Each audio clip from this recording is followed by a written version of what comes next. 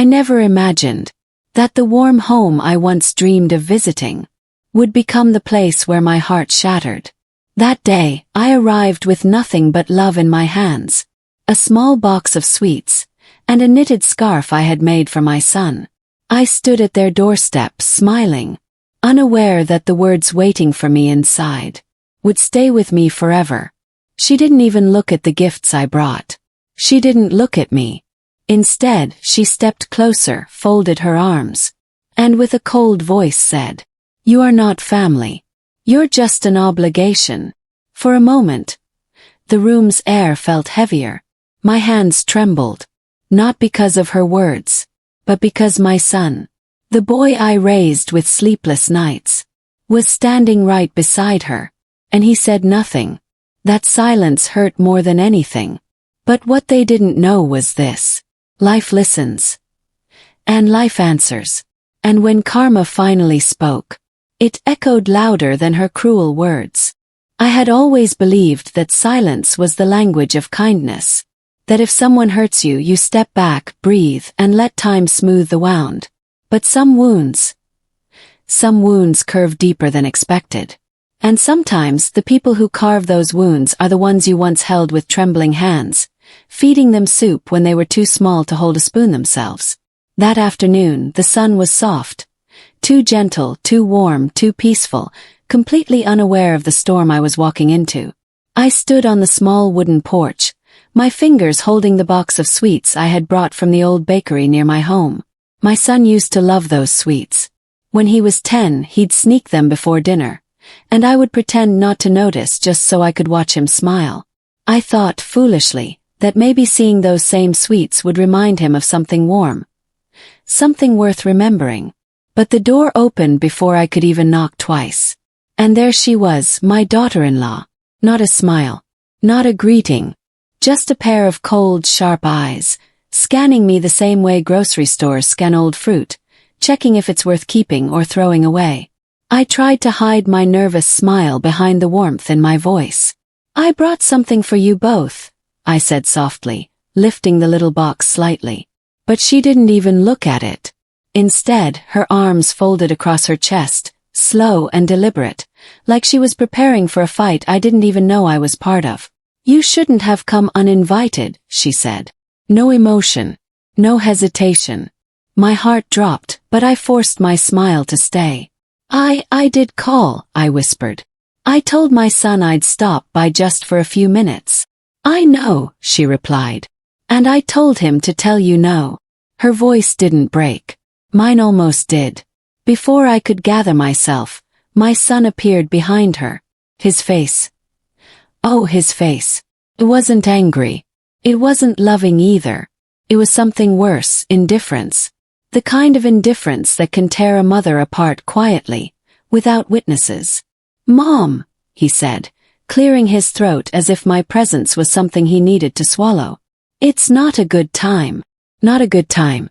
The boy who used to run into my arms after school, the boy who used to hold my hand crossing the street, the boy who once cried on my shoulder the night his dog passed away, now couldn't spare me a moment. I tried to ask why, tried to understand. But she stepped in front of him slightly, blocking him like a shield.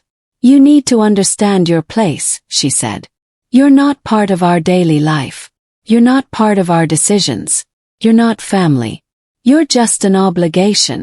The moment the word obligation left her mouth, I felt something inside me tilt, like a picture frame slowly sliding off a nail. The hallway behind them looked warm, cozy, lived in. Pictures of them on the wall. Matching slippers by the shoe rack. A sense of home I wasn't welcome in. I swallowed every emotion rising in my throat. I didn't want to cry. Not here. Not like this. So I said gently, "I didn't know you felt this way." She didn't soften. If anything, she hardened further. "You're too emotional," she said. "It makes everything difficult. We just want space, privacy, freedom from all this." By this, she meant me. My son didn't deny it, didn't defend me, didn't reach out. He just looked away, hands in his pockets. I lowered my eyes, staring at the box of sweets still in my hands. Suddenly it felt heavy. Too heavy. Like the childhood memories inside it were pulling my heart down with them. "I won't stay," I whispered. "I just wanted to drop these off." She didn't take the box. "We don't eat that kind of stuff anymore," she said as if the sweets were poison. I wanted to say so many things.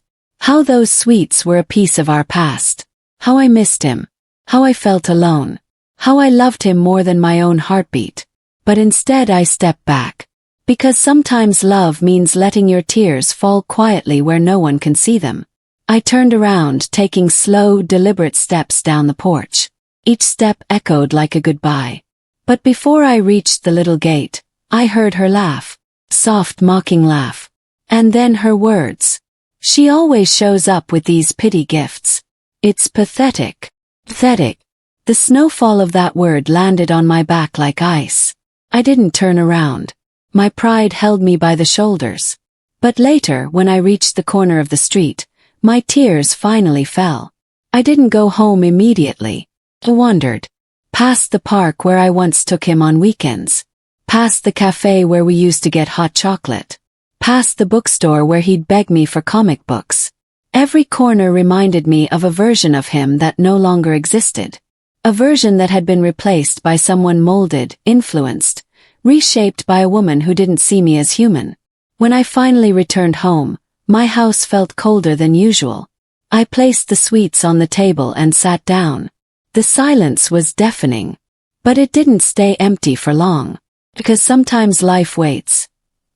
And then it whispers. And that evening life whispered something to me. A message from a neighbor. A truth I wasn't supposed to hear. A truth that would eventually change everything. A truth that would make karma walk straight toward their perfect little home. And knock on the same door that had been slammed in my face. I sat on the edge of my small sofa that evening, staring at the untouched box of sweets on the table. The room felt heavier than usual, as if the air itself was disappointed in me. I didn't cry anymore. I had already cried enough on my walk home. Now I was simply empty. Empty in a way that made even breathing feel like a burden my chest wasn't ready to carry. As I sat there, my phone buzzed. A soft vibration across the wooden table. I didn't check it immediately. I didn't have the strength to hear another reminder that my place in my own child's life had become optional. But then the phone buzzed again, longer this time. And something inside me whispered to pick it up. It was a message from my neighbor, Mrs. Hopkins. A kind-hearted widow who lived 2 doors down. She was one of those people who never forgot your birthday, who brought soup when you were sick, who noticed when your porch light went out and reminded you gently the next day. Her message was simple, but it struck something deep inside me. Call me when you can. It's important. My heart thudded in my chest. Important didn't always mean urgent. Sometimes it meant painful. But something told me I needed to hear whatever she had to say. I dialed her number slowly, bracing myself. She answered on the second ring. "Sweetheart," she said, her voice soft but uneasy. "Are you home?" "Yes," I whispered. "Is everything all right?" There was a pause. Long one. Then she sighed deeply, too deeply. "I didn't want to tell you this until I was sure," she said. "But I think you deserve to know." My hands tightened around the phone. "Know what?" She hesitated again. I could hear her breathe in, as if she was about to lift something heavy. "The reason your son has been distant," she finally said, "isn't just her influence. There's something else going on." My throat tightened. "What do you mean?" "She's been talking," Mrs. Hopkins said softly. "To people. To neighbors. To the lady at the hair salon. To her friends at that yoga studio she goes to. She doesn't know I know you, but I overheard her twice." A chill ran down my spine. "What did she say?" I asked, barely managing the words. "She's been telling people you're unstable," she whispered. "That you're overbearing. That you're dramatic. That you're manipulative. She even claimed you've tried to control their marriage." My breath caught. "She said I'm what?" Said. "I didn't believe a word of it," she said quickly. "But she's been repeating it. Building a story. And I think your son, well, I think he believes her." Closed my eyes. My heart felt like a fist had squeezed around it. All this time, while I had been trying to understand their distance, trying to be patient, trying not to intrude, she had been painting me as a villain. "Are you sure?" I whispered. "I wouldn't lie," she said. "She's trying to isolate him, sweetheart. I've seen this kind of behavior before. She wants him completely dependent on her. No ties to anyone else. Not even you." My fingers trembled so hard I had to switch the phone to my other hand. "Sweetie," she continued gently. "She's smarter than she looks. She plays innocent, but she's manipulating him." Slowly, quietly. I swallowed hard, staring out the window at the streetlights glowing across the road. I felt something unfamiliar in my chest. Not sadness, not anger, but a quiet realization. I had lost my son long before today's insult. "Dear," Mrs. Hopkins whispered, "there's more." My heart pounded. "What else?" "Yes. She's been hiding things from him," she said carefully. "Financial things. She opened a credit line under his name. A secret one." My eyes widened. "How do you know?" said stunned. "Because she bragged about it," she said. "She joked that he'll never find out because men don't check statements." Her words. "She's drowning in spending. But she blames everything on him being too tight with money." A wave of cold ran through me. No wonder he was always tired. Always stressed. Always distracted when I called. She wasn't just isolating him. She was using him. "Why are you telling me this?" I whispered. "Because you need to understand one thing," she said firmly. "You did nothing wrong. This isn't about you being uninvited or unwelcome.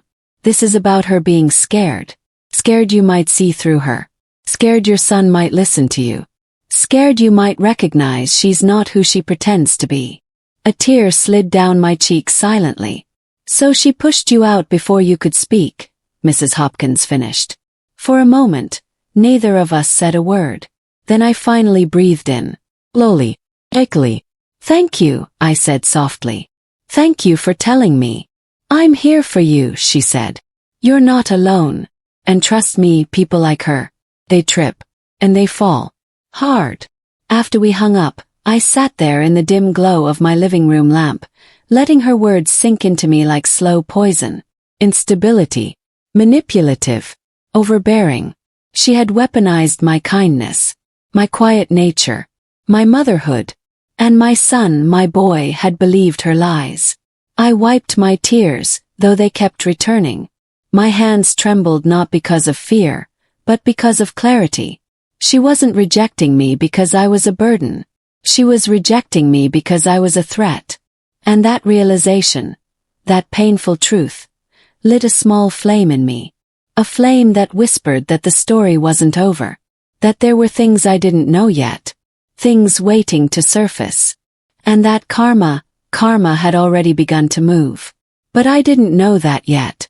As I sat alone trying to gather myself, another message buzzed on my phone. This one from my sister Eleanor. "Call me. It's urgent." I didn't know then that this call, this moment, would be the beginning of a storm none of us could predict. A storm that would shake their home, expose every secret she thought was buried, and force my son to confront a truth he had been blind to for far too long. That night, I thought the worst pain had already happened. But the truth was, it was only the beginning. The phone felt warm in my hand as I stared at the message from my sister, Eleanor. "Call me. It's urgent." Those words echoed in the quiet room, mixing with the soft hum of the refrigerator and the distant sound of a car passing on the street. Urgent. Everyone seemed to have something urgent to tell me today. My son's absence, my daughter-in-law's words, the hidden lies, and now this. I hesitated, not because I didn't want to know, but because I wasn't sure how much more my heart could absorb in one night. But I knew Eleanor. She didn't use the word urgent lightly. And she didn't meddle in my life unless she felt something was truly important. So I dialed. She answered almost immediately. No greeting. No breath. "Mae, you need to sit down." My stomach tightened. "I am sitting," I whispered. Her voice softened, but there was a tremble beneath it. I went to the hospital today, she said. My breath caught. What? Are you all right? Yes, yes, sweetheart, not for me, she said quickly. I wasn't there for myself. I was visiting a friend. But while I was there, I ran into someone. I frowned slightly, my fingers gripping the arm of the sofa. Who? Eleanor inhaled deeply. Your daughter-in-law. My heart dropped. What was she doing at the hospital? Asked slowly. That's what I wondered, she said. She didn't see me at first. I stayed back a moment. She was talking to a man. Not a doctor. Younger. A little too close. And Mae. Her voice lowered as if someone might overhear. They were holding hands. Cold shiver ran down my spine. No, I whispered. That can't be. Maybe it was someone she knows. Cousin. A friend. That's what I thought, Eleanor said. Until I saw him brushing her hair behind her ear. May you don't touch family like that. Not in a hospital hallway. Not anywhere. I felt the room tilt for a moment as my heart tried to catch up with the words. Holding hands. Brushing her hair. Another man. Did you talk to her? Yes. No, she said firmly. I stayed hidden. I wanted to watch. And thank God I did. Because she said something to him that you need to hear. My chest tightened painfully. What did she say? She told him, Eleanor breathed. Just a few more months. Once I have full control over the finances, we'll leave. He won't even see it coming. I went still. Completely still. Even the air in the house seemed to freeze around me. Finances. Full control. Leave. She wasn't just isolating my son. She was planning to destroy him. My hand trembled so hard I had to switch the phone to my other ear. No, I whispered. No, she wouldn't do something like that. Mae, listen to me, Eleanor said, her voice gentle but firm. She is using your son. I don't know how deeply. I don't know for how long. But she is planning something big. And he has no idea. I swallowed hard, my throat too tight. Images of my son as a little boy flashed through my mind. His first day at school. His shy smile with his missing front tooth. The way he used to hold my hand when we crossed the street. The way he said, Mom, I'll always take care of you. And now, he was the one who needed protection. But he was trapped in the web she had spun so carefully. Mae, Eleanor whispered. I'm here, I managed. There's more, she said quietly. My chest tightened further. What else? They weren't in the hospital for him, she said. They went to a lab.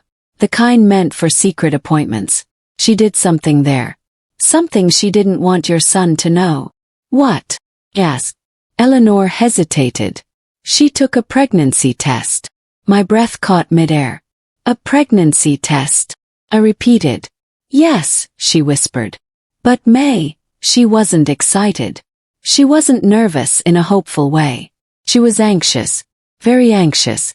And when the test came back, I felt my pulse pounding in my ears. What was the result? Asked. It was negative, Eleanor said softly. And she was angry about it. Furious. Angry. Echoed. She told the man, Eleanor continued. I need this. You know I do. If I'm pregnant, everything falls into place. If I'm not, he'll start questioning things. We don't have time. My whole body went numb. She wanted to get pregnant.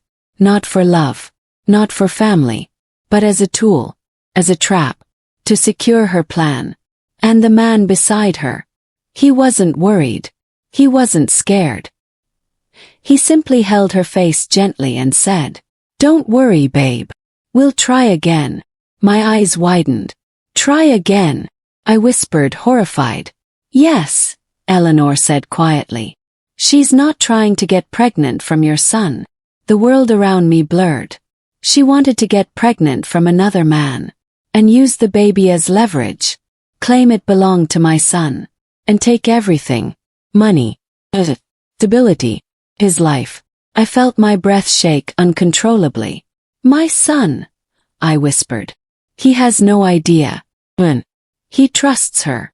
That's why I called, Eleanor said urgently. He won't believe me if I tell him. He won't believe any neighbor. But he might believe you. I closed my eyes tightly. No, I whispered. Not now.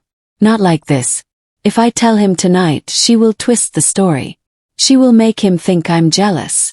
Or that I want to sabotage them. Then what will you do? Eleanor asked. I shook my head slowly, though she couldn't see. I don't know. But deep inside, something was forming. Something strong. Something warm and fierce. A mother's instinct. The instinct that rises when a child is in danger, no matter how old that child is.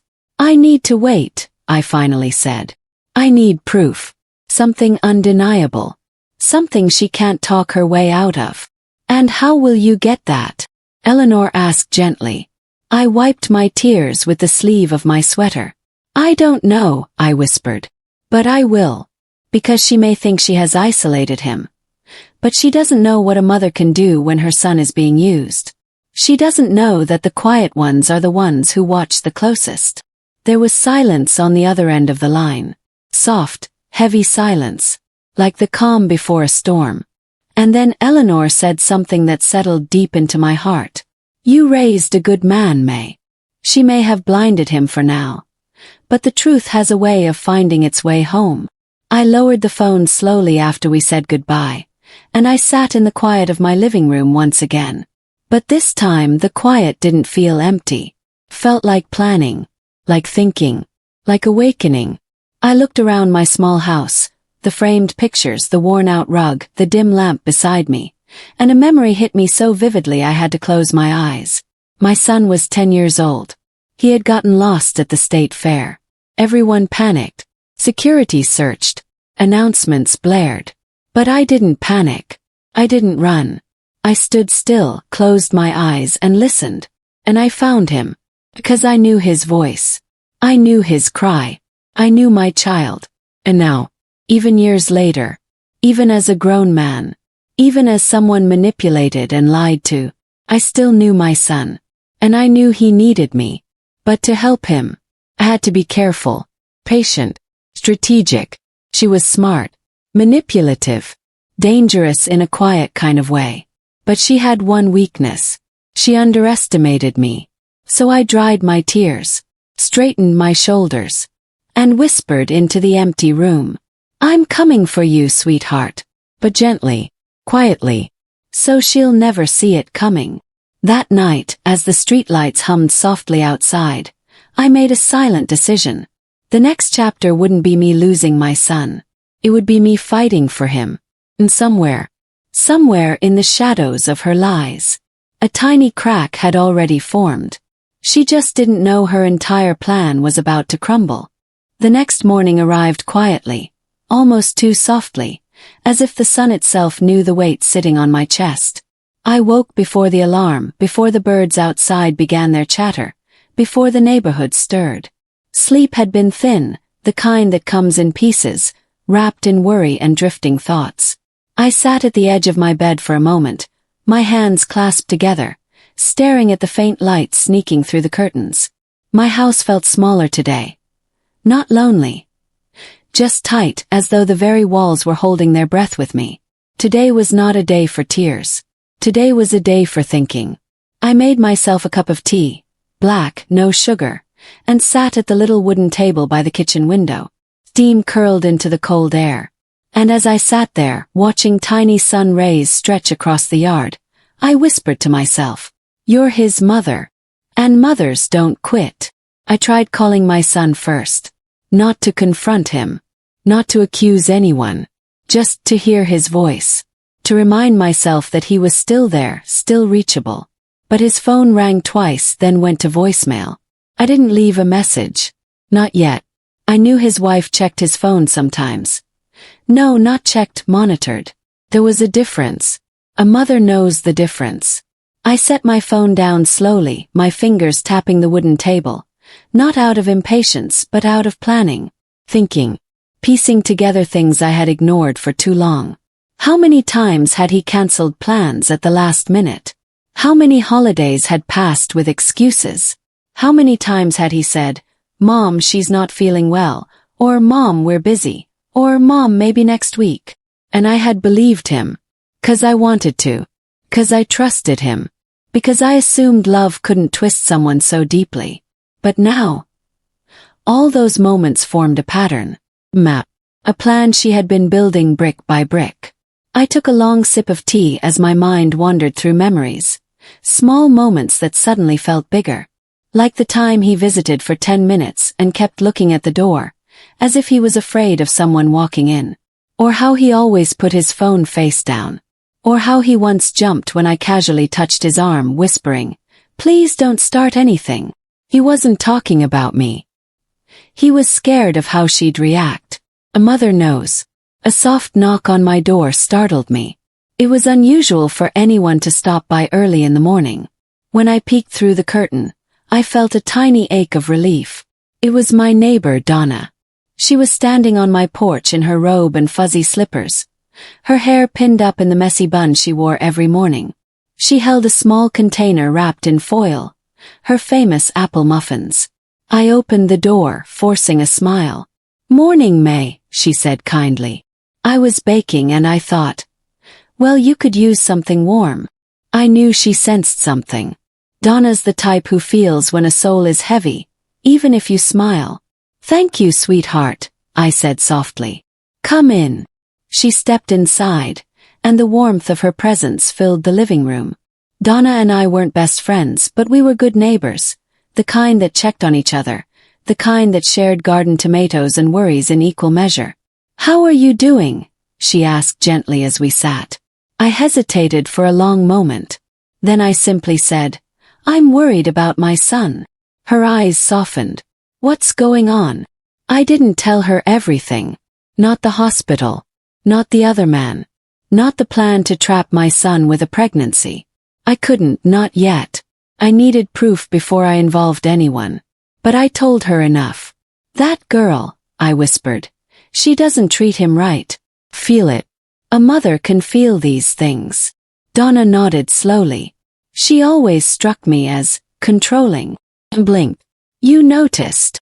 "Oh, honey," she sighed. "Everyone noticed. Your son is a sweet boy."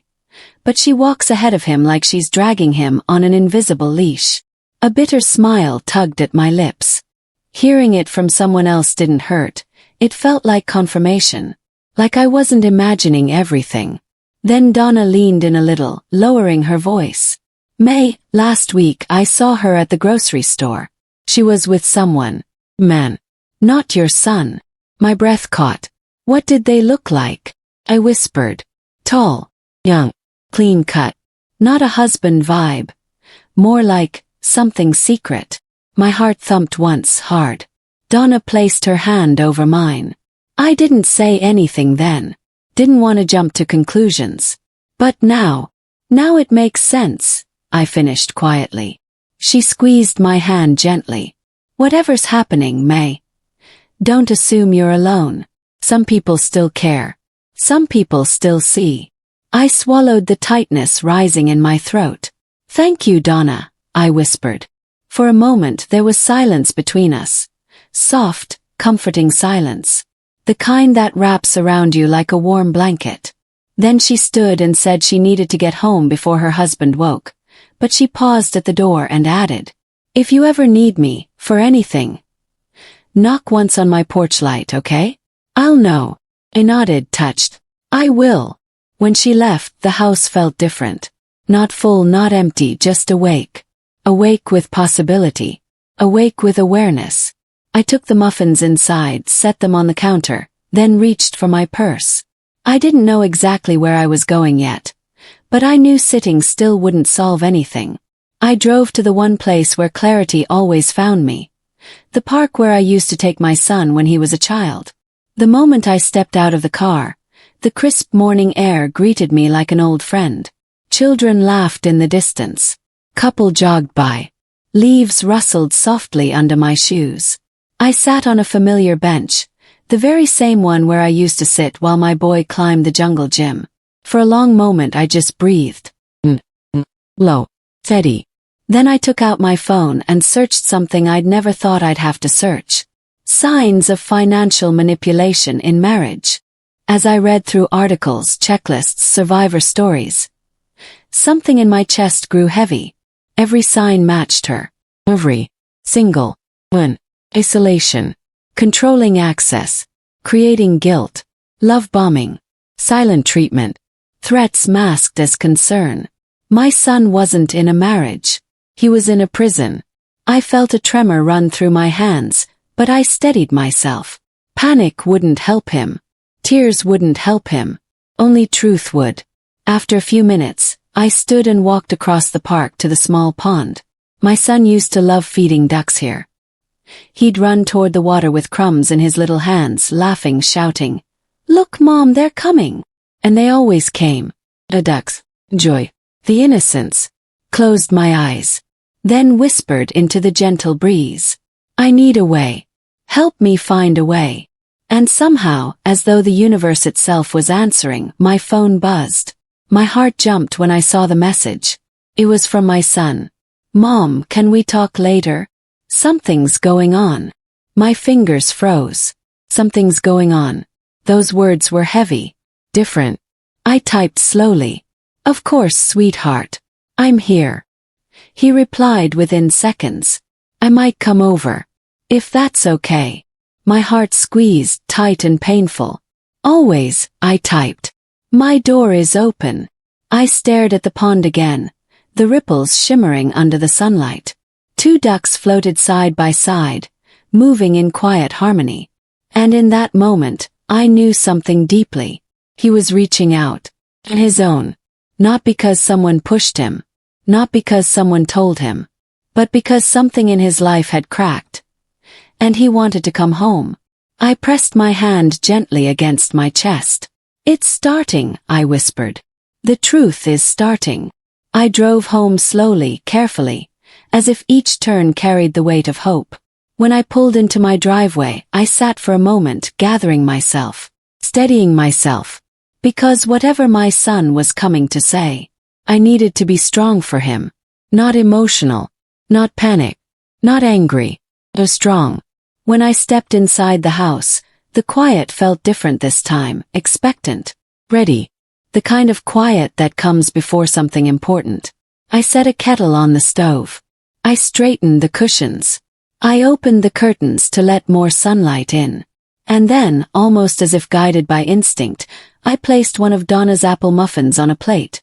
Something warm, something comforting, something familiar. Minutes passed. Then an hour.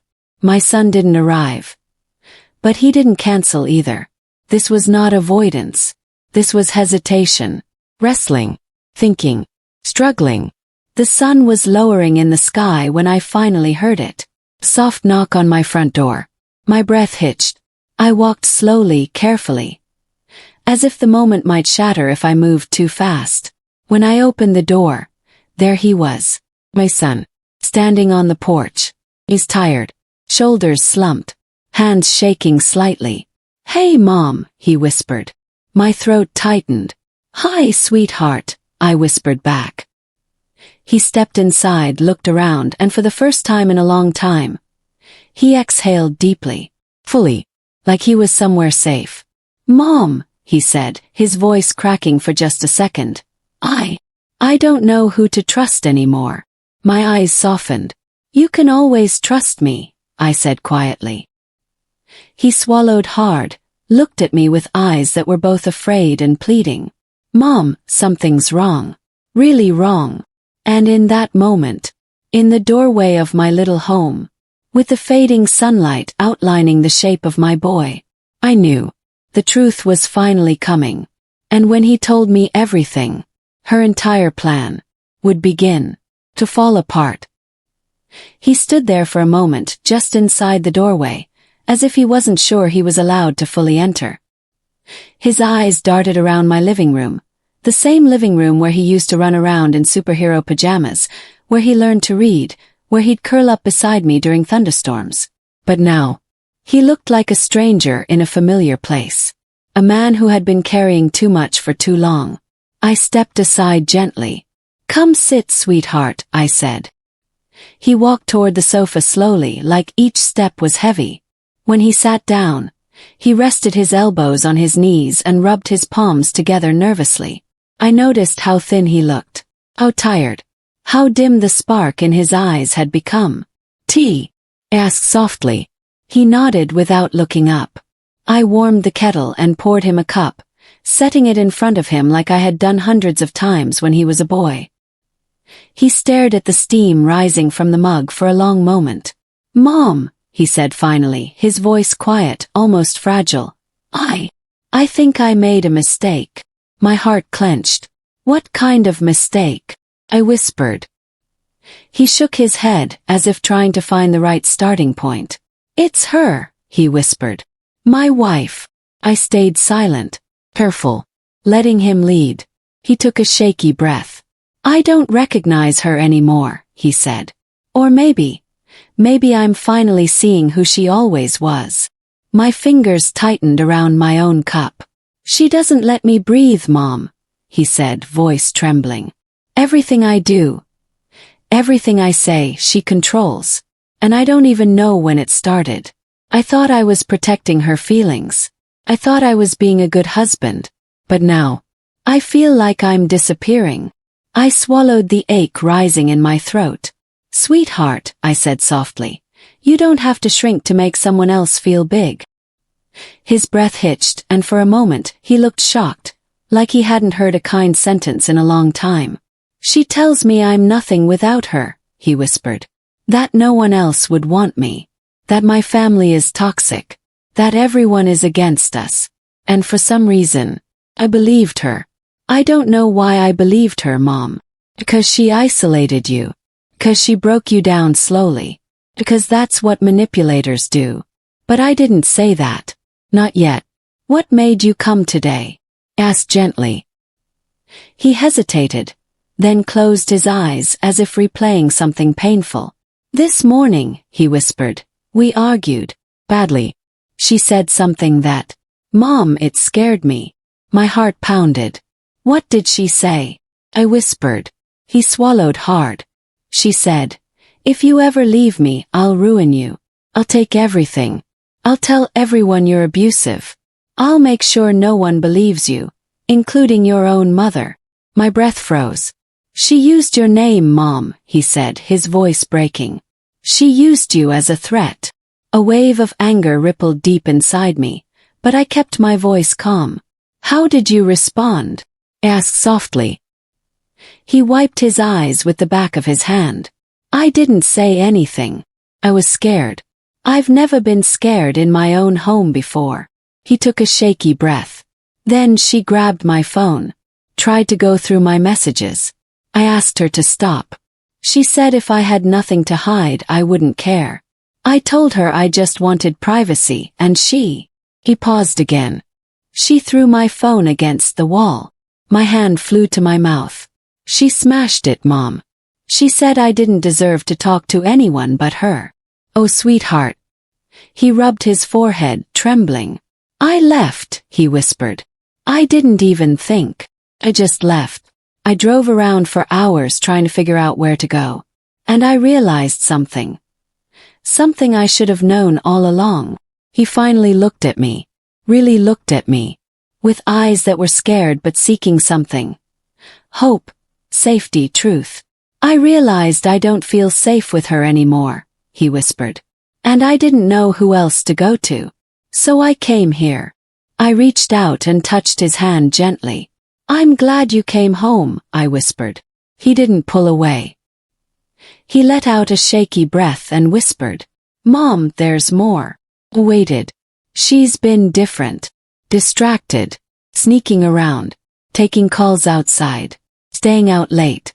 And whenever I ask her what's going on, she says I'm being paranoid or controlling." His jaw tightened. "Yesterday, she told me she had a doctor appointment. But she didn't want me to drive her. She insisted on going alone. And when she came back, she was upset. Like she was hiding something." My pulse quickened. This was it. The thread. The connection. He leaned back, rubbing his face. "I've had this feeling she's lying to me," he said. But whenever I bring it up, she turns it around and says I'm paranoid. That I'm imagining things. That I'm the problem. Gaslighting. Full calculated gaslighting. Sweetheart, I said softly, you're not imagining things. He looked up sharply. What do you mean? Took a breath. Low. Careful. I couldn't tell him everything. Not yet. Not the other man. Not the hospital. Not the pregnancy plan. Not until I had proof he could hold on to. But I could give him truth. Slowly, gently. I think she's hiding something from you, I said. He stared at me, searching my face. You know something, he whispered. My heart tightened. Not everything, I said honestly. But enough to know you're not crazy. You're not overreacting. You're not imagining things. His eyes watered. Mom, why didn't you say anything before? Because I was scared you wouldn't believe me. Because I thought she had poisoned your mind against me. Because I didn't want to lose you. I placed my hand over his. Because I needed you to come to me, I whispered. On your own. With your own heart. I didn't want to force you to choose. I just wanted you safe. He broke. Tears streamed down his face. Silent but heavy. He leaned forward, covering his eyes with his hands, shaking quietly. I moved closer and rubbed his back gently, the way I used to when he cried after losing a toy or scraping his knee. Except this pain was deeper. Much deeper. I feel trapped, Mom, he whispered through tears. I don't know what to do. I don't know how to leave without her destroying my life. You're not trapped, I whispered gently. You just haven't found the door yet. He looked up slowly. I can't do this alone, he whispered. You won't, I said firmly. He wiped his tears, breathing shakily. Can I stay here tonight? I nodded, my eyes softening. Stay as long as you need. For the first time in years, his shoulders dropped, just a little. Like a weight had lifted off him, even if only an inch. He stood up slowly, walked toward the hallway, then stopped halfway and turned back to me. Mom, he whispered, there's something else I need to tell you. But I'm scared you'll be disappointed. I shook my head gently. I could never be disappointed in you, I said. Not when you're trying to save yourself. He hesitated, then whispered. She wants to have a baby. My heart stopped. She said it's time. That it'll fix everything. But Mom, I'm scared. I don't want to bring a child into this. Not like this. He swallowed hard. And she told me if I don't agree, she'll do it without my consent. My stomach nodded painfully. My son looked at me with broken eyes. Mom, what if she's already planning something? What if? His phone buzzed. He froze. I thought it was broken, I whispered. It was, he said, pulling it out. I guess it still turns on. His face went pale when he saw the screen. It's her, he whispered. The message preview glowed sharply. Where are you? You think you can leave me? You have 1 hour before I do something you'll regret. He stared at the screen, trembling. Mom, he whispered, voice breaking. What do I do? I stood up slowly, walked toward him, placed both hands gently on his face the way I did when he was small and scared of thunderstorms. And I whispered, you stay right here, sweetheart. 'Cause now it was my turn. And she had no idea. A mother was coming. The next morning, the sunlight slipped quietly through my curtains, but it couldn't warm the heaviness sitting in my chest. I woke up slowly, like a person who had spent the whole night holding their breath. My eyes were tired, and my heart, even more so. I sat at the edge of my bed, feeling the cold floor under my feet, and for a moment I didn't know whether to stand, or simply stay there still. Yesterday's words were echoing in the back of my mind like a broken record. My son's silence, his wife's coldness, the rejection that settled in the deepest parts of me. I didn't cry. Not because it didn't hurt, but because the pain had sunk too deep to form tears. I finally stood up, walked to the kitchen, and poured myself a cup of hot tea. It was the same routine I had followed for years, yet today everything felt different. Even the steam rising from the cup looked tired. I held it between my hands and whispered to myself, maybe this is the chapter one need to close, before life closes it for me. Outside, the world was waking up. Cars passing, children laughing on their way to school, old neighbors sweeping porches. Life was moving, but I felt like I was standing in the same place. I sat on my small wooden dining chair and glanced at the family picture hanging on the wall. It was taken years ago. My son smiling widely, my hand on his shoulder. His arm wrapped around me in that warm, protective way only sons do. I touched the frame gently. Where did that boy go? I whispered. Who is he now, and why can't I reach him? The silence of the house answered me back. Around noon my phone buzzed. I didn't expect it. Nobody called me much these days. But when I looked at the screen, my heart skipped. It was Jessica. Not my Jessica, my son's wife. The woman whose words had wounded me deeper than she would ever know. For a moment my hand froze. I didn't want to talk to her.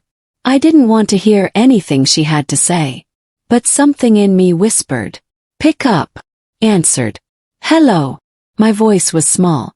Mae, she said sharply. We need to talk. Took a breath. About what? About the other night, she said. Her tone wasn't apologetic. It wasn't soft. It was defensive, cold, irritated. As if I was the problem. Closed my eyes. What about it? I asked, steady but fragile. She sighed loudly. Look, I didn't mean to hurt you, but sometimes people need to understand boundaries. Boundaries. From a mother. From the woman who raised the man she married. Still I kept my voice calm. What boundaries did I cross, Jessica? You show up without asking. You bring things we don't need. You act like this house still belongs to you. I felt my chest tighten. I had come with gifts. And love. That was all. Jessica, I said softly. I came as a mother visiting her son. That's the point, she snapped. You act like he's still a child who needs you. He doesn't. We have our own life now. My heart cracked. She continued, not stopping once to breathe. You need to give him space. And you need to stop making him feel guilty every time you're lonely. Lonely. That word stung.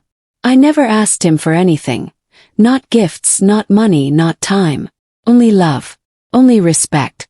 But in her eyes, motherhood itself was a burden. Finally spoke. Jessica, I'm not trying to intrude. I'm trying to stay connected. That's all. She scoffed. Well, maybe you should find a hobby instead. And just like that, she hung up. No goodbye. No care. Not even a moment of thought. Just a click. Cold, empty click. I sat silently for a long time. My tea had gone cold. My hands were trembling. Not from anger, but from the realization that the person hurting me wasn't just her. It was my son's silence that allowed it. He didn't defend me. He didn't comfort me. He didn't call. And a strange, quiet truth settled in. Sometimes losing a child doesn't happen in a single moment. Sometimes it happens slowly. One silence at a time. That evening I decided to take a walk. The neighborhood was peaceful. The sky painted in soft oranges and pinks. As I walked, the memories of raising my son rushed through me. The scraped knees I kissed. The late-night fevers I stayed awake through. The lunches I packed. The dreams I encouraged. The hugs he gave me that made everything okay. He once told me, Mom, I'll always protect you. I'll never let anyone disrespect you. A single tear escaped. Even promises grow old, I guess. A familiar voice called from behind. Mae, you okay? It was Mrs. Henderson, my neighbor for over 20 years. A kind woman with gentle eyes. I forced a smile. Just needed some air. She looked at me closely. You look like you're carrying something heavy. For a moment I wanted to say, I'm fine. But something inside me finally cracked open. Mrs. Henderson, when does a mother stop trying? She stepped closer, worry filling her face. What happened? And like a tired child finally allowed to rest, I told her everything. Not with anger. Not with bitterness. Just exhaustion. She listened quietly, her hand on mine. And when I finished, she said words I didn't expect. Mae, loving your child doesn't mean accepting disrespect. Sometimes, the most painful love is the one that teaches you to step back. Her words sank into me. True. But I don't know how to let go, I whispered. You don't have to let go, she said gently. You just have to stop letting them hurt you. Closed my eyes. For the first time in days, I felt a small breath escape my chest. Tiny release. When I returned home, the house didn't feel as empty as before. It felt like a place I needed to protect. Not from loneliness, but from pain. I changed into my nightclothes, sat on my bed, and opened the small wooden box I kept on my nightstand. Inside were things from my son's childhood. His first drawing. Tiny sock. A letter he wrote me on Mother's Day when he was 8. I love you, Mom. You're my hero. My hero. I held the letter close. I don't know where that boy went, I whispered. But I hope he remembers me someday. I placed everything back in the box carefully, as if sealing away memories before they broke again. Later that night, my phone buzzed again. This time it wasn't Jessica. It was my son. My heart tightened. My hand shook. I didn't answer immediately. Not because I didn't want to, but because I didn't know if I had the strength to hear more silence. But eventually I picked up. Mom, he said softly. His voice, for the first time in a long while, sounded unsure, almost guilty. Closed my eyes. Yes, baby, I whispered. I'm here. And that was how the longest conversation of my life began. When I heard his voice on the phone, something inside me softened and tightened at the same time. It was strange how one simple mom could bring back years of memories and also remind me of the distance that had grown between us. I held the phone close, as if doing so would make his voice clearer, warmer, more familiar. He hesitated before speaking again, and that hesitation carried a weight I felt deep in my chest. I wanted to check on you, he said slowly, like he was choosing each word carefully, afraid one wrong word might shatter an already fragile window. I closed my eyes, letting his voice settle into the lonely corners of my heart. I'm okay, I whispered, though even I didn't fully believe it. There was a long silence. A silence filled with all the things we didn't say for months. Maybe years. And then he exhaled softly, the sound almost trembling. Mom, I heard you talk to Jessica. My breath caught. So he knew. He must have heard from her. But what did she tell him? I didn't want to ask. Not because I feared the truth, but because I feared the version of the truth she might have given him. Still, I knew I couldn't hide. Yes, I said quietly. We talked. Another silence. It felt like he was waiting for me to say more, but I didn't want to be the one to break open wounds that were already bleeding. Mom, he finally said, I don't want things to be like this. My heart throbbed. Like what? He took a shaky breath. Tense. Difficult. I don't want you to feel unwelcome. My hands trembled slightly as I held the phone. His voice sounded sincere, but there was something underneath. Something he was afraid to touch. Baby, I said softly, do you feel like I make things difficult? He didn't answer immediately, and that pause, that single pause, told me more than any sentence could have. He wasn't avoiding the question. He was thinking, struggling, torn between two realities. I just want peace, he finally said, almost pleading. For everyone. Children always believe mothers are the source of peace. They forget that mothers too are human. They break. They get tired. I never came to cause trouble, I said gently. I came because you're my son. He exhaled again, this time heavier. Mom, I love you, he said. But Jessica, she feels like you don't respect our space. The words didn't scream. They didn't stab. But they did sink. Slowly, painfully. Like stones settling at the bottom of a river. Your space. I repeated, my voice barely above a whisper. Yes, he said. Our home. Our boundaries. I understood what he meant. I did. Children grow up, build lives, create homes. And a mother's place quietly shifts from the center to the side. But hearing it from his lips, felt like watching a door close between us. I only visited, I said softly. I came with gifts, with love. He swallowed. I could hear it in the silence. I know, he said. But Jessica thinks. I cut him off gently. What do you think? Question hung there. Heavy, important, necessary. He didn't answer at first. And that was enough.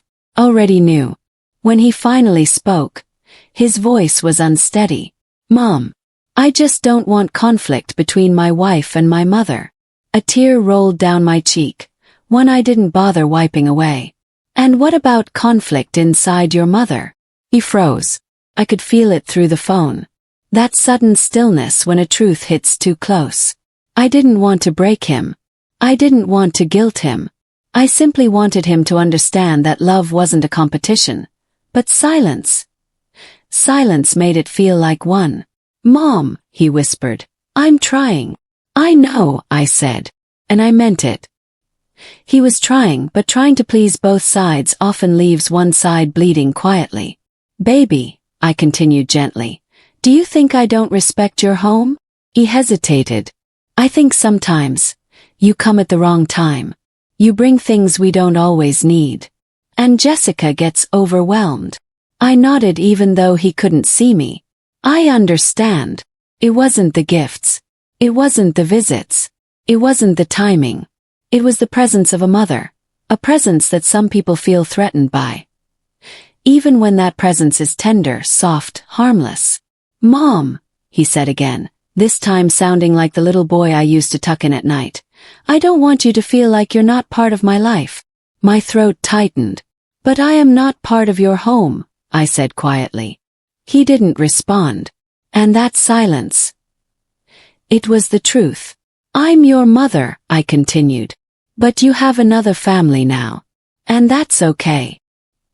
He breathed heavily, guilt rising like smoke in his voice. Mom, please don't say it like that. How should I say it? I whispered. That I walked into your home and felt like an outsider. He said nothing. That your wife looked at me like I was a burden. Nothing. That you stood there and didn't say a word. His breath hitched. That one hurt him. I could feel it. Mom. I didn't know what to do. I nodded again, tears falling freely now. You could have stood beside me. He inhaled sharply, a deep, aching sound. I'm sorry, he whispered. I'm so sorry. Closed my eyes. I know. Those two words carried a lifetime of forgiveness and a lifetime of pain. Mom, can we fix this? He asked. Yes, I said softly. But not by pretending nothing happened. Not by pushing my feelings aside. And not by letting someone disrespect me again. He swallowed. I'll talk to Jessica. No, I said gently. Talk to yourself first. Ask your heart. What kind of son you want to be? Silence. Then a quiet, trembling breath. I want to be better, he whispered. For you. My voice cracked. Then be better. Another long silence followed. But this time it wasn't heavy. It was healing. Low. Fragile. Beginning, not an ending. Mom, can I come see you tomorrow? He asked softly. My heart warmed and ached all at once. Yes, I whispered. Come home. And for the first time in a very long time, I felt hope settle quietly in my chest, like a small, flickering light returning after darkness. A light I thought I had lost forever. The night before he was supposed to come over, I barely slept. It wasn't because I was nervous. Not exactly. It was something softer, something fragile, like a small bird fluttering inside my chest. Oh, a hope I didn't fully trust yet. The kind that feels too delicate to touch because it might crumble. I lay in bed listening to the quiet hum of the refrigerator and the soft ticking of the clock on my wall, and every few minutes my mind wandered to the same thought. Would he really come? People say the heart should always trust the ones it loves, but hearts grow tired too. Hearts grow cautious when they are handled too roughly, even if the hands belong to someone dear.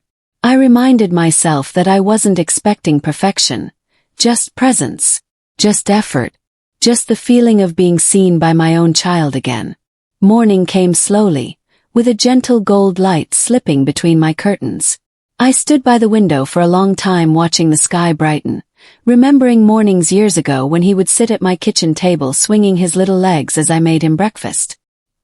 He used to hum to himself while waiting for his scrambled eggs. He always hummed the same little tune. I wondered if he even remembered that. Funny how mothers store these tiny memories like treasures, while children outgrow them without knowing.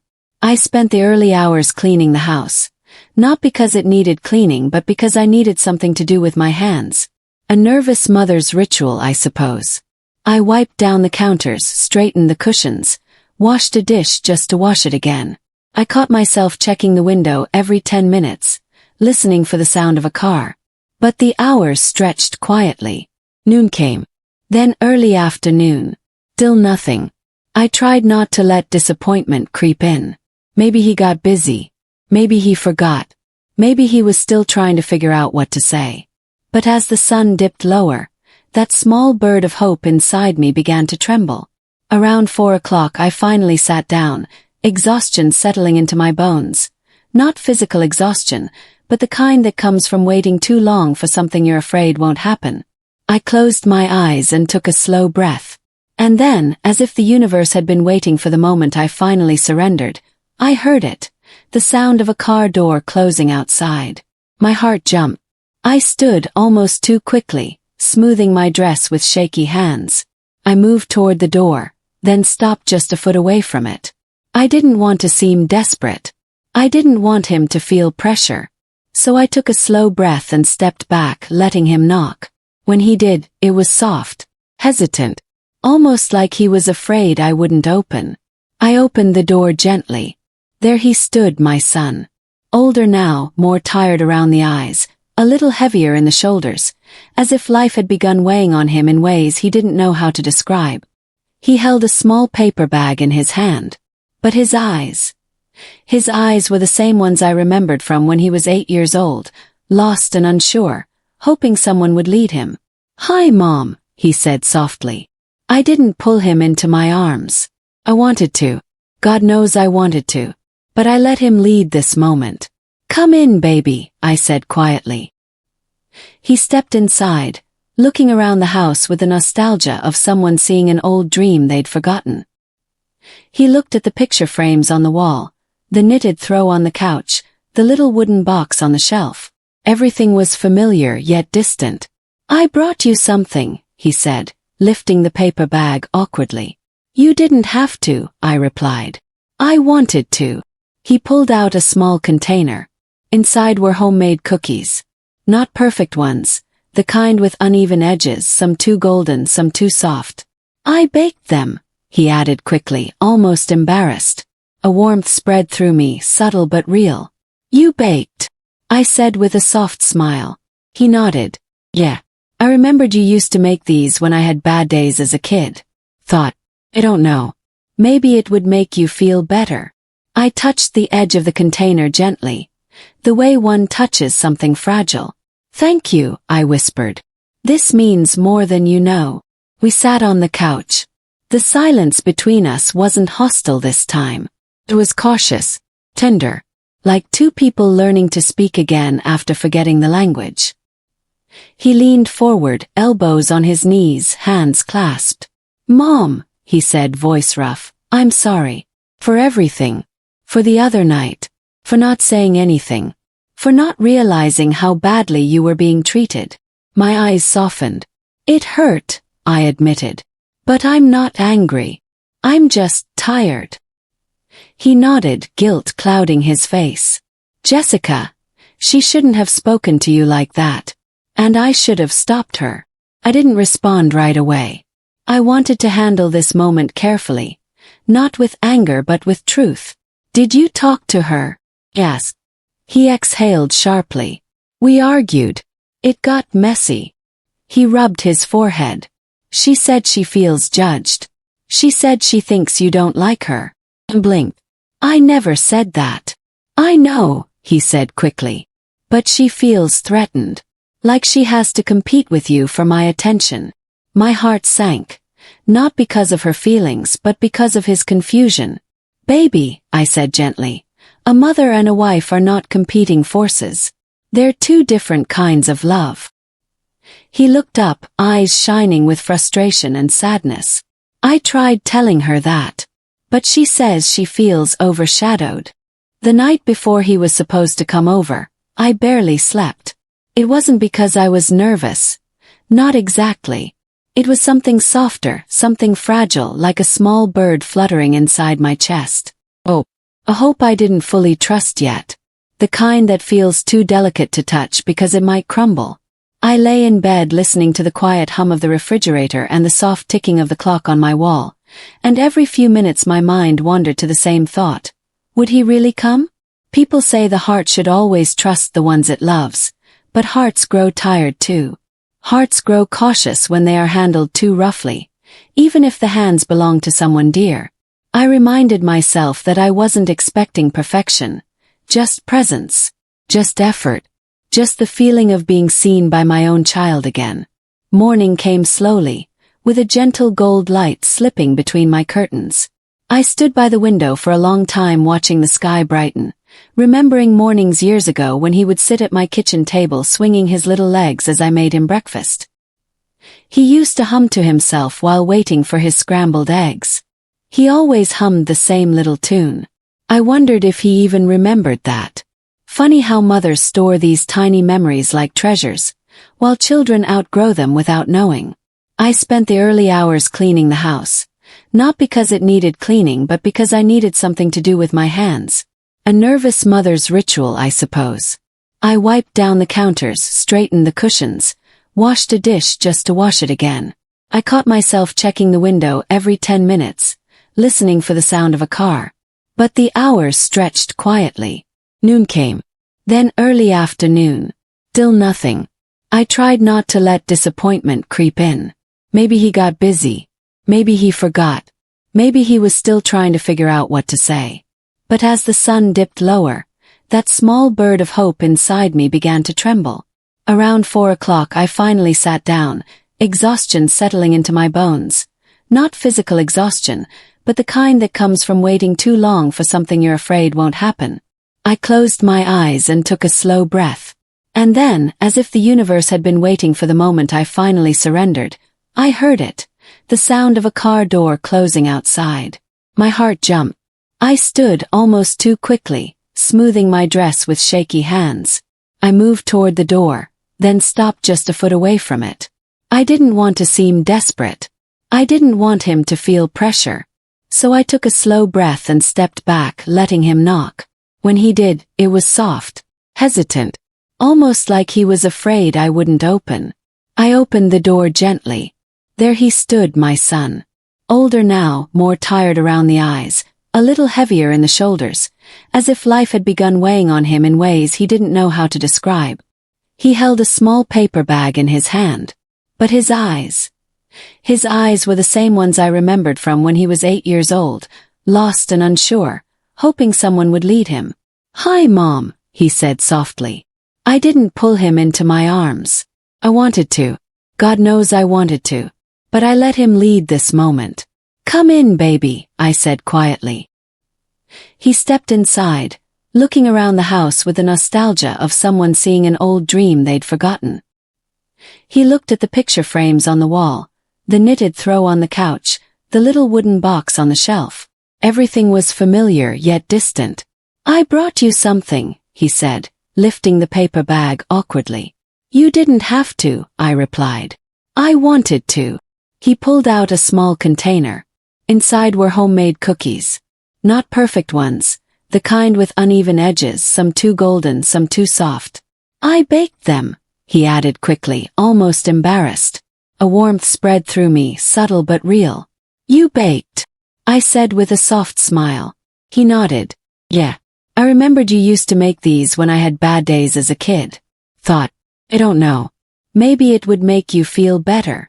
I touched the edge of the container gently, the way one touches something fragile. Thank you, I whispered. This means more than you know. We sat on the couch. The silence between us wasn't hostile this time. It was cautious, tender, like two people learning to speak again after forgetting the language. He leaned forward, elbows on his knees, hands clasped. Mom, he said, voice rough, I'm sorry. For everything. For the other night. For not saying anything. For not realizing how badly you were being treated. My eyes softened. It hurt, I admitted. But I'm not angry. I'm just tired. He nodded, guilt clouding his face. Jessica, she shouldn't have spoken to you like that. And I should have stopped her. I didn't respond right away. I wanted to handle this moment carefully. Not with anger but with truth. Did you talk to her? Yes. He exhaled sharply. We argued. It got messy. He rubbed his forehead. She said she feels judged. She said she thinks you don't like her. And blinked. I never said that. I know, he said quickly. But she feels threatened. Like she has to compete with you for my attention. My heart sank. Not because of her feelings but because of his confusion. Baby, I said gently. A mother and a wife are not competing forces. They're two different kinds of love. He looked up, eyes shining with frustration and sadness. I tried telling her that. But she says she feels overshadowed. The days that followed his visit felt different. Not lighter exactly but warmer, as if a small sun had been lit somewhere inside the house. Life didn't suddenly become perfect. Wounds don't close overnight. But there was something new in the air.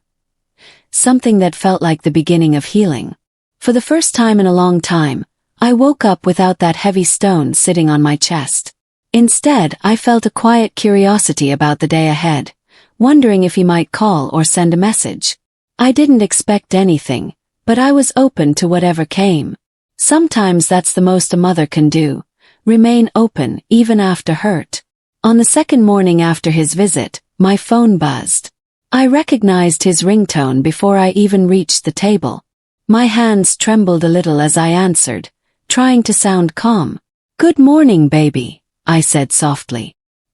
He took a breath. One of those deep, nervous breaths he used to take before telling me something important when he was younger. Mom, can we talk? Of course, I said. I'm listening. There was a pause, then he said, I talked to Jessica. My heart tightened. I wasn't afraid, just cautious. The edges of past pain were still bruised. And, yes, she cried, he said quietly. I didn't respond immediately. Some people cry because they're hurt. Others cry because they've been caught. I didn't know which one she was. She said she didn't realize how her words came across. She said she was overwhelmed, he continued. I listened carefully, not judging, just waiting. She also said. His voice trailed off. She said what, baby? He exhaled slowly. She said she feels like you look at her like she's never enough. A long silence followed. I pressed my palm against my chest, steadying myself. That's not true, I whispered. I never looked at her like that. I know, Mom, he said. But that's how she feels. And sometimes feelings don't reflect reality. They reflect fear. Closed my eyes. That was true. Fear makes people see shadows even in bright rooms.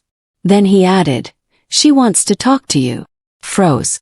Not because I was afraid, but because I didn't know if I was ready. I didn't want another wound. Another moment of silence from him. Another humiliation disguised as a conversation. I don't want to force you, he said gently. But she said she wants to apologize. That word, apologize, fell softly like a leaf landing on water. Let me think about it, I said. Of course, he replied immediately. Take your time. After we hung up, I sat down on the edge of my bed, staring at the floor. The idea of sitting face to face with a woman who broke my heart. It felt like reopening a door I had barely closed. But if she truly wanted to apologize, if she was genuinely trying, then maybe it was worth giving her that chance. Not for her. Not even for him. But for myself. That afternoon I took a walk outside, letting the cool breeze clear my thoughts. I needed clarity. I needed grounding. I needed to understand what forgiveness meant in this situation. Forgiveness doesn't mean letting someone hurt you again. It means choosing peace over resentment. And I deserved peace. By evening I made my decision. Called my son back. "Tell her she can come tomorrow," I said softly. "But just her. I want to talk to her one-on-one." He hesitated. "Okay. I'll tell her." His voice was careful, protective in a way I hadn't heard in years. The next day came slowly. I cleaned the house again. Not out of nervousness this time, but out of preparation. Like I was preparing a space for something delicate. Something that needed respect. Around noon there was a knock on the door. A gentle, hesitant knock. I took a deep breath and opened it. There she stood, Jessica. Not combative. Not cold. She looked small. Not physically but emotionally. Like someone who was carrying too many unspoken things. "Hi," she said softly. "Come in," I replied, stepping aside. She walked inside slowly. Her eyes scanning the room like she was afraid she might break something just by looking at it. She sat down on the couch, smoothing her hands over her knees. I sat across from her. The silence was thick, but not hostile. After a moment, she finally lifted her head. Her eyes were glossy. "I'm sorry," she whispered. I didn't say anything. I let her speak. "I shouldn't have spoken to you like that. I shouldn't have said those things," she continued, her voice trembling. I was stressed. I was overwhelmed. I felt insecure. Her honesty surprised me. Not the words. Anyone can say, "I'm sorry." But the truth behind them felt real. She took a shaky breath. "I thought you were judging me. I thought you didn't think I was good enough for your son." "I never thought that," I said gently. She nodded. "I know that now. But at that moment, I was scared. And I took it out on you." I watched her quietly. She swallowed hard. "I hurt you. I know that. And I'm truly, genuinely sorry. You didn't deserve that." A tear slipped down her cheek. She didn't wipe it.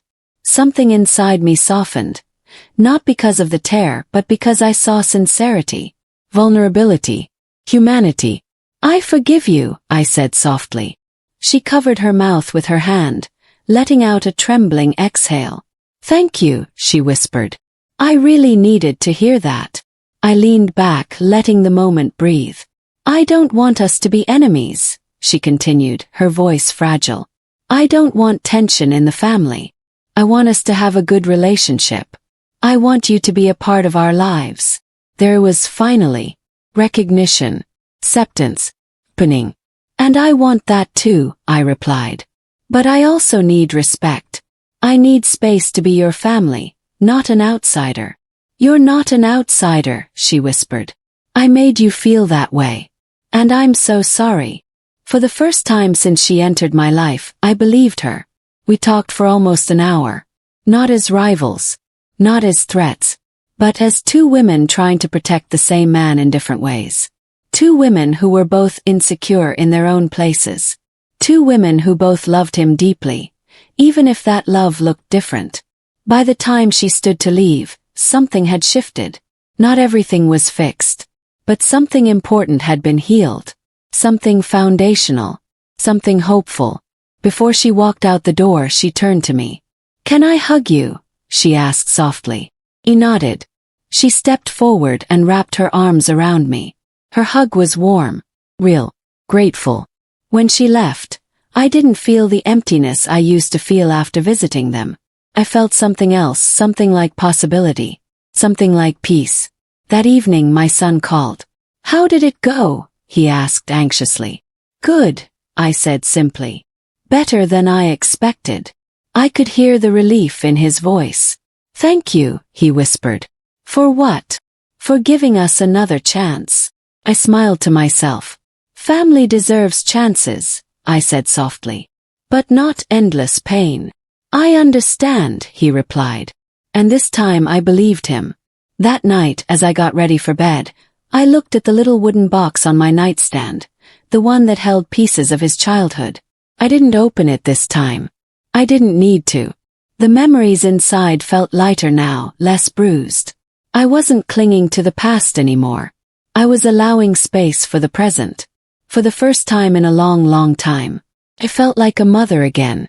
Not a burden. Not an obligation. A mother. Loved. Respected. And tomorrow would bring its own healing. Its own peace. Its own beginning. That night felt different, as if the house itself had taken a long exhale after months of holding its breath.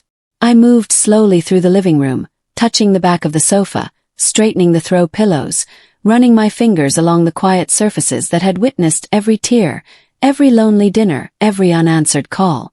Everything felt softer now, gentler, as though forgiveness had seeped into the walls. I didn't realize how much weight I had been carrying until I finally set it down. The next morning, sunlight spilled through the curtains in a way it hadn't in months. Warm, gold, and patient. I sat at the kitchen table with my cup of tea, taking my time with each sip. No rush, no ache in the chest, just stillness. A stillness I had missed without even knowing. Healing doesn't arrive like a storm. It arrives like a whisper. And that morning I heard it clearly. My phone buzzed. When I checked the screen, I saw a picture message from my son. It was a photo of the two of them in the kitchen. He had one arm around her and she was laughing, really laughing with her whole face lit up. Underneath the picture he had typed just 3 words. "We're okay now." My eyes softened. Not because everything was suddenly perfect, but because something had settled. Something that had once felt impossible. Few hours later there was another knock on my door. This one was confident, familiar. When I opened the door, my son was standing there with a bouquet of flowers. Bright marigolds, the same ones he used to pick for me when he was little. Behind him stood Jessica, her hands clasped nervously, but her smile gentle and honest. "I wanted to see you," he said before I could even speak. Both of us did. They stepped inside and I realized something instantly. The air was different. No tension. No coldness hiding behind polite smiles. Jessica walked toward me first. "I meant what I said yesterday," she whispered. "I want us to start fresh. A real start."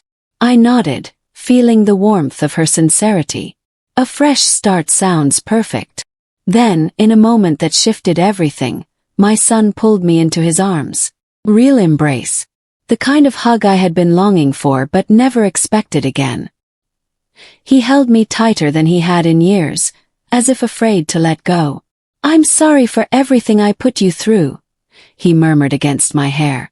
"I didn't realize how much I was hurting you."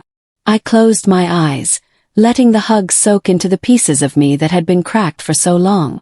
"It's over now," I whispered. "We're here. That's what matters." We spent the next hour talking, really talking. Not pretending, not walking on eggshells, not hiding fears or protecting egos. Just truth. Vulnerable, honest truth. He told me about the pressures he'd been feeling, how he'd been afraid of not being a good husband, a good partner, a good son. She told me about her fear of never fitting into his life completely, and how she had projected that fear onto me. I told them about the quiet ache of losing my place in his world, and how I had been trying to hold on without realizing I needed to let him grow. We cried. We laughed. We released everything that had been trapped inside us. At one point, Jessica reached across the couch and placed her hand on mine. "You're not losing him," she said softly. "You're gaining me." And for the first time since he got married, I believed that too. As evening settled in, they stood to leave.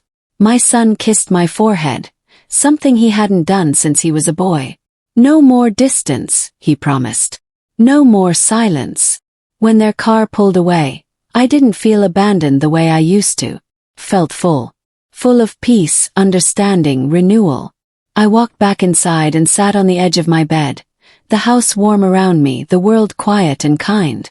For the first time in a very long time, I didn't feel alone. Felt necessary. Felt loved. I felt like the story had finally come home. And maybe this is what healing truly looks like. Not perfect people. Not perfect families. just imperfect hearts learning how to love each other again. Because sometimes, life doesn't give us new beginnings in loud, dramatic moments. Sometimes, it gives us a quiet knock on the door, a trembling apology, a long overdue hug, chance to try again. And in those small, fragile moments, we find everything we thought we had lost.